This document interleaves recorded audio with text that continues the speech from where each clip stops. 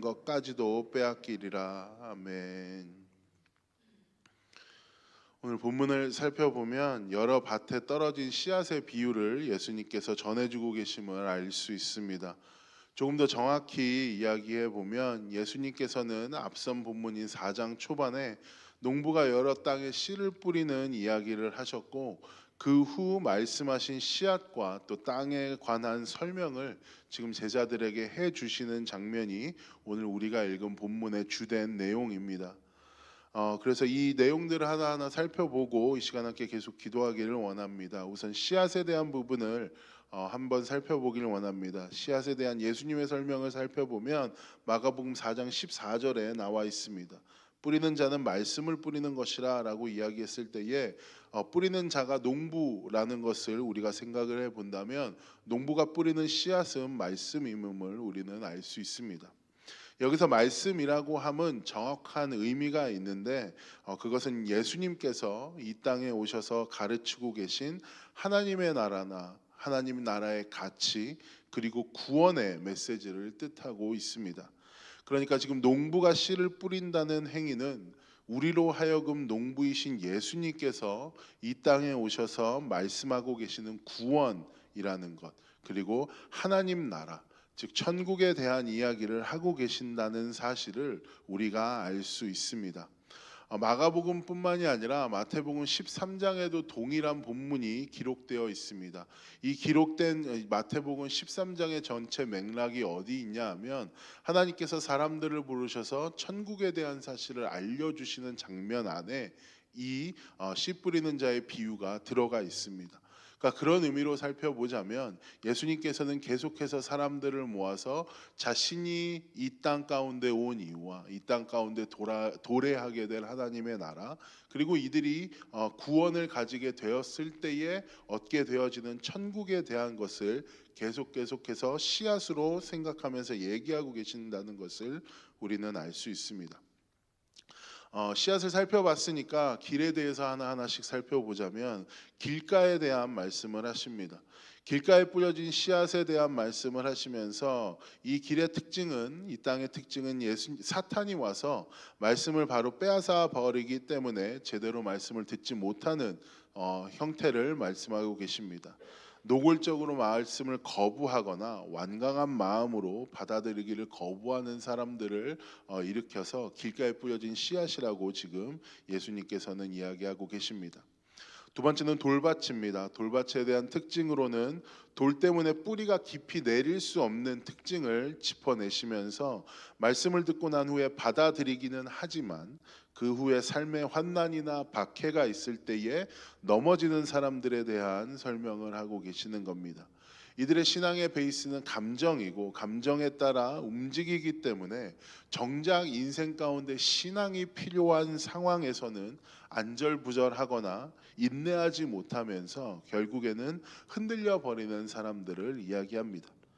가시덤불에 있는 사람들에 대한 이야기도 예수님께서 하시게 되는데, 가시덤불에 뿌려진 씨앗은 뿌리가 내리기는 좋지만 그 안에 가시덤불이 있다라는 얘기는 그 안에 잡초나 다른 것들이 자라난다라는 이야기고, 그렇다면 영양분을 가져갔을 때, 영양분이 보충되었을 때에 그 영양이 온전히 그 씨앗에만 가는 것이 아니라 옆에 자라고 있는 풀 가운데 같이 가게 되어집니다.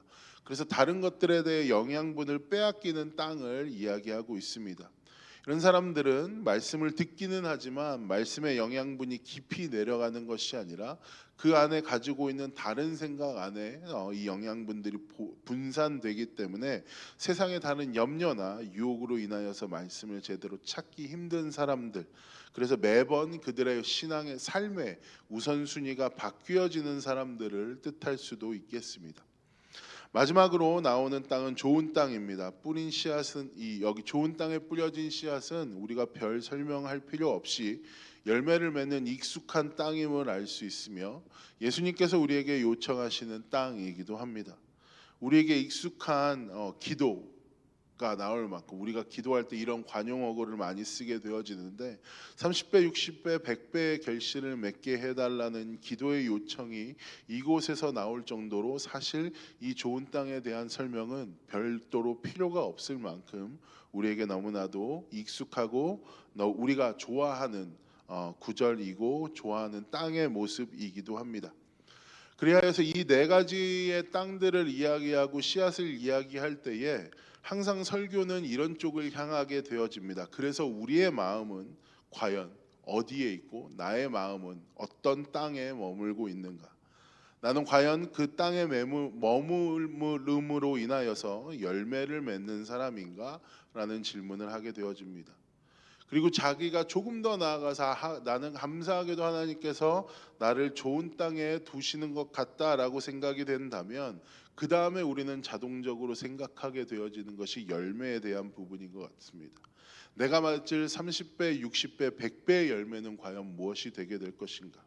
라는 질문을 하며 설교도 그렇게 마무리가 된다면 여러분들이 그동안 들어오셨던 보편적인 땅에 대한 씨앗에 대한 설교일 것입니다. 물론 좋은 해석이고 좋은 적용이기는 한데 문제는 우리는 그 열매가 어떤 것이어야 하는지에 대한 이해와 정보가 부족하다라는 것입니다. 여러분이 좋은 땅에 있다고 쳐봅시다. 여러분들이 좋은 땅에 거한다고 치고 여러분들이 열매를 맺게 될 30배, 60배, 100배의 열매가 무엇인지를 한번 생각해 보십시오. 누군가는 이 열매를 생각할 때에 하나님께 기도한 자기의 기도에 대한 보답을 바랄 수도 있습니다. 하나님, 내가 이렇게 열심내서 기도했으니까 내 기도 제목 가운데 30배, 60배, 100배의 결실을 맺기를 원합니다 라고 이야기를 할 수도 있습니다.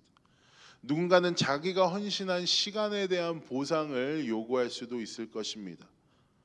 내가 이 정도 시간에 여기 나와서 이렇게 봉사했고 교회 안에 이만큼 머물렀고 내가 이 정도 양의 예배를 드렸고 매일매일 하나님께 이러한 행위들을 하고 있으니 하나님 내 삶 가운데 30배, 60배, 100배의 결실이 일어나게 해 주십시오 라고 이야기해 보지만 기도에 대한 결국에 우리가 기대하는 열매나 헌신에 대한 우리가 기대하는 열매 모두의 이면을 봐보면 결국에 내가 원하는 대로 이 땅 가운데 내 뜻이 이루어지길 원하는 열매가 가득함을 발견할 수 있습니다. 다양한 열매들을 여러분들이 생각하시겠지만 결국엔 숨겨진 개념은 내가 이 행동을 했을 때에 과연 몇 배의 결실을 맺을 수 있을까? 하나님께서 어떻게 도와주실까 하는 부분이라는 것입니다. 그리고 그것이 내 안에만 머무는 것이 아니라 만약에 열매 맺는 것에 너무나도 집착하고 집중을 해서 이 열매 맺는 삶이 마치 우리 삶의 다인 것처럼 이것을 옆 사람에게 적용하기 시작하면 이렇게 이야기들이 나옵니다. 당신 이 정도 신앙생활 했으니 이 정도 열매는 있어야 할 거 아닙니까? 저 사람은 열매를 맺지 못하는 땅에 있기 때문에 우리가 수고할 필요가 없습니다. 라는 식으로 열매에 집중하기 시작합니다. 그렇다면 정말 열매의 개념이 어떤 것인지를 좀 살펴보기를 원하는데 이 사실을 알기 위해서 우리가 고려해 봐야 하는 것은 과연 예수님이 당시에 이 이야기를 할 때 들었던 사람들의 마음은 어땠을까요? 예수님이 30배, 60배, 100배라는 이야기를 하셨을 때에 그 당시에 앉아서 듣고 있었던 로마의 억제 가운데 있었던 이스라엘 사람들의 마음 가운데는 어떤 마음이 들었을까요? 로마 시대의 당시의 일반적인 농사의 수확량은 보통의 7.5배나 10배 정도였다고 합니다. 그러니까 동사가 잘 될 거야, 올해는 풍년이야라고 생각을 하면 많이 잡아봤자 10배가 맥스였대요. 그런 곳에 지금 예수님께서 30배, 60배, 100배 이야기를 하고 계신다라고 이야기를 하면 사람들은 당연히 초자연적인 존재에 개입 없이는 불가능한 일이다라고 생각을 했을 겁니다. 이 30배라는 것이 아무리 땅이 좋고 풍년이 들어도 있을 수 없는 결과구나라는 것을라고 생각을 했을 거예요. 그래서 내가 어찌할 수 없는 강력한 어떤 힘이 있기 때문에 그러한 존재의 어떤 영향력이 있었기 때문에 이 30배, 60배, 100배가 가능하구나라고 생각했을 것이다라는 겁니다. 이 단어를 기독교의 언어로 바꿔보면 은혜라는 단어가 생각나게 됩니다. 30배, 60배, 100배의 열매를 맺게 된다라고 이야기했을 때에 은혜가 넘쳐난다라는 이야기로 여러분이 바꿔서 생각하시면 됩니다. 그러니까 바꿔서 이야기해 보면 좋은 땅에 뿌려진 그 씨앗이 뿌려지고 맺게 되는 열매들은 결국에는 하나님의 은혜가 가득한 성도의 삶을 의미하는 것 아닐까요? 그러니까 그래서 기억해야 하는 것은 은혜를 내려주시는 주체, 은혜를 내려주시는 주권은 누구에게 있는지를 생각해 볼 필요가 있습니다. 은혜를 내려주시는 것에 있어서 전적인 주체와 주권을 가지신 분은 하나님이십니다. 그 말을 바꿔서 다시 이야기해 보면 하나님은 자기가 30배, 60배, 100배의 열매를 맺게 해 주실 것이기 때문에 결실로 우리를 탓하시지 않습니다. 그러니까 바꿔서 이야기하면 너 왜 돌짝밭에 들어가 있어서 열매 못 맺게 하느냐? 너 왜 가시덤불에 들어가 있어서 열매를 못 내리느냐? 너 왜 하필이면 길가에 있어서 지금 내 얘기도 듣지 못하느냐를 탓하고 계시지 않는다라는 것입니다. 여러분 애신앙초 이 마가복음 4장을 처음부터 읽어보시면 은혜의 풍경으로 가득합니다. 예수님을 따라 많은 사람들이 모여 있습니다. 그래서 예수님을 따라서 많은 곳에 사람들이 모였다는 그 사람들의 정체가 누구일까요? 그 당시에 잡이 없고 그 당시에 낮에 할 게 없어서 예수님을 따라갈 수 있었던 사람들입니다. 쉽게 얘기하면 그 당시에 어떤 서민이라고 이야기하는 브라켓 안에도 들 수 없었던 사람들입니다. 위로가 필요한 사람들이었고 치유가 필요한 사람들이었고 어떻게든 이 사람들의 삶 안에 돌파구가 필요한 사람들이 예수님을 찾습니다. 그리고 예수님은 그들을 모두 만나 주시면서 결국에는 올라가셔서 배에 올라가셔서 그들에게 하나님의 말씀을 전파해 주십니다. 그리고 예수님이 말씀하신 비유에 농부가 씨앗을 뿌리잖아요. 땅에 구별이 없습니다. 뿌리는 것에 있어서 좋은 땅에만 씨앗을 집중해 뿌리는 것이 아니라 길가에도 이미 뿌리셨고 가시덤불에도 뿌리셨고 돌짝밭에도 이미 뿌리셨다라는 사실에 우리는 집중해야 합니다. 만일 예수님이 열매에 집중을 하셨다면 열매 못 맺는 땅에는 안 뿌리면 그만입니다. 하지만 농부는 동일하게 씨앗을 뿌려내고 있습니다. 그리고 씨 뿌리는 작업은 계속됩니다. 그 말은 예수님께서는 밭의 종류와 상관없이 계속해서 씨앗이라고 하는 하나님 나라의 메시지, 복음의 메시지를 뿌리고 계신다라는 것입니다. 여러분 이게 왜 우리에게 희망이 될 수 있을까요? 왜냐하면 예수님은 그 땅이 어떠하든지 우리들 안에 천국이라는 씨앗이 뿌려질 것이다 라는 이야기를 하고 계시기 때문입니다. 여러분 살면서 우리가 좋은 땅에만 거할 수 없습니다. 여러분이 살아보시면서 여러분들이 좋은 땅에만 거해 보시지 않으셨을 겁니다. 때로는 길가에 있는 것 같은 삶을 사셨을 것 수도 있고 돌짝밭에 있는 삶을 사셨을 수도 있고 가시덤불에 있는 삶을 사셨을 수도 있습니다. 아니면 지금까지도 계속해서 여러분들이 땅을 옮겨가면서 왔다 갔다 하는 삶을 살고 계실 것입니다.